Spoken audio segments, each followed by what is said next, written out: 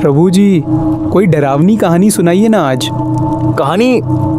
हाँ, कहानी तो है एक, लेकिन सुनने की हिम्मत है क्या तुम सब में? एक आदमी था जो नेशनल ज्योग्राफिक चैनल के लिए डॉक्यूमेंट्री शूट करता था। हर हफ्ते नए जंगल, नई जगहें, नए खतरे। फाइनल शूट के लिए उसे जाना पड़ा तिरुवनंतपुरम के घने जंगलों में। साथ में थी उसकी वाइफ और उनका एक कॉमन फ्रेंड। तीनों ने जंगल के बाहर एक पुराना रिजॉर्ट बुक किया। मालिक एक बुजुर्ग बाबा थे जिनकी आंखों में सन्नाटा था। थोड़ा आराम करके वो तीनों निकल गए जंगल के अंदर। दिन भर कैमरा लिए शूट करते रहे। झरनों की आवाजें, जंगल का सन्नाटा और वो रहस्यमयी माहौल। सूरज डूब चुका था जब वो लौटे। बाबा बाहर आग के पास बैठे हैं और तीनों उनके सामने बैठे हैं। उन्होंने पूछा, बाबा, वो ऊपर मंदिर क्या है? बाबा का चेहरा फीका पड़ गया।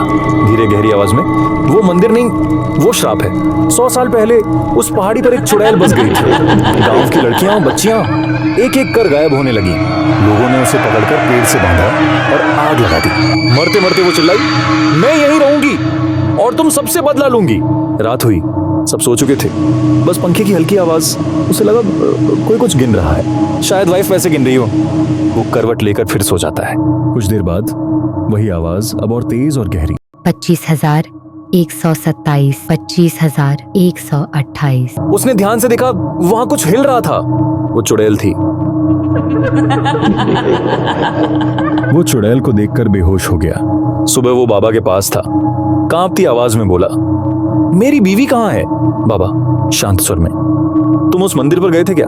वो भागा उस दिशा में और देखा जमीन पर उसकी बीवी की लाश थी।